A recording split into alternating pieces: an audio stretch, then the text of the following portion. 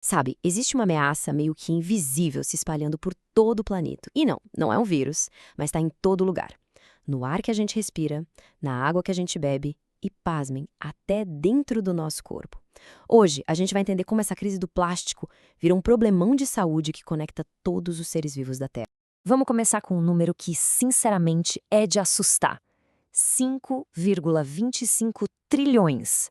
Essa é a estimativa mínima de pedaços de plástico que estão boiando por aí nos nossos oceanos.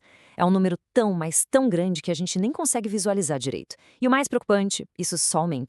E o que talvez seja o mais chocante é que essa poluição toda não tá só lá fora, sabe, nos oceanos. Ela já tá aqui, bem aqui dentro da gente.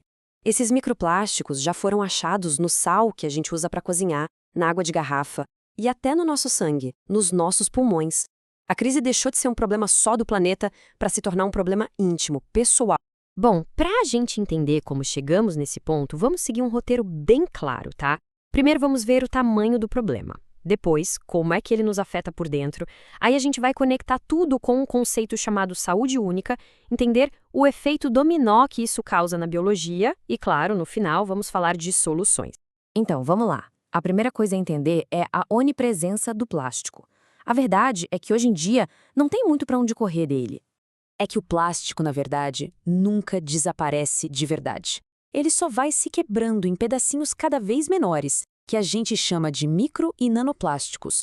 São partículas tão minúsculas que já viajaram para os picos mais altos do mundo e para as fossas mais profundas dos oceanos.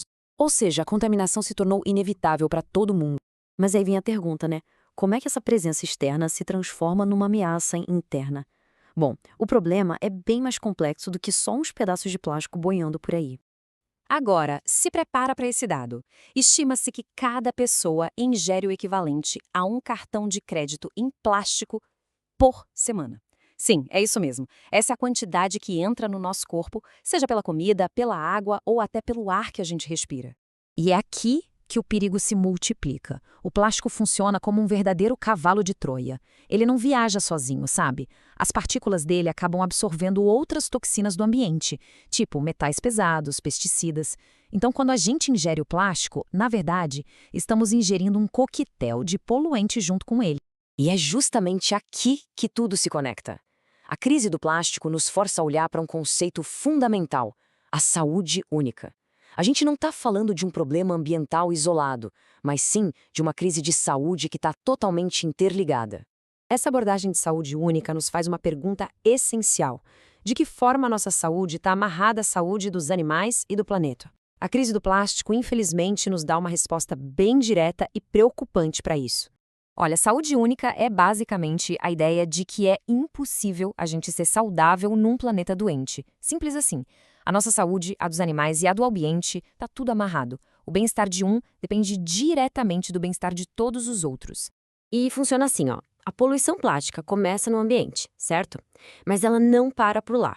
Ela contamina os animais, entra na cadeia alimentar e, no fim das contas, chega até nós. O que acontece em uma esfera, inevitavelmente, vai respingar em todas as outras. Agora, vamos ver na prática esse efeito dominó acontecendo, desde o nível microscópico de uma única célula até a saúde de ecossistemas inteiros. É uma verdadeira cascata de danos. Tudo começa lá no nível celular. Os microplásticos causam um estresse que vai se acumulando, afetando tecidos, depois órgãos e, por fim, o comportamento e a saúde de um organismo inteiro. Lá no nível celular, o plástico causa o que a gente chama de estresse oxidativo, que é um dano direto às nossas células. E o mesmo processo que afeta órgãos vitais em peixes, por exemplo, pode estar causando inflamação no nosso sistema digestivo, o que abre a porta para problemas bem mais graves.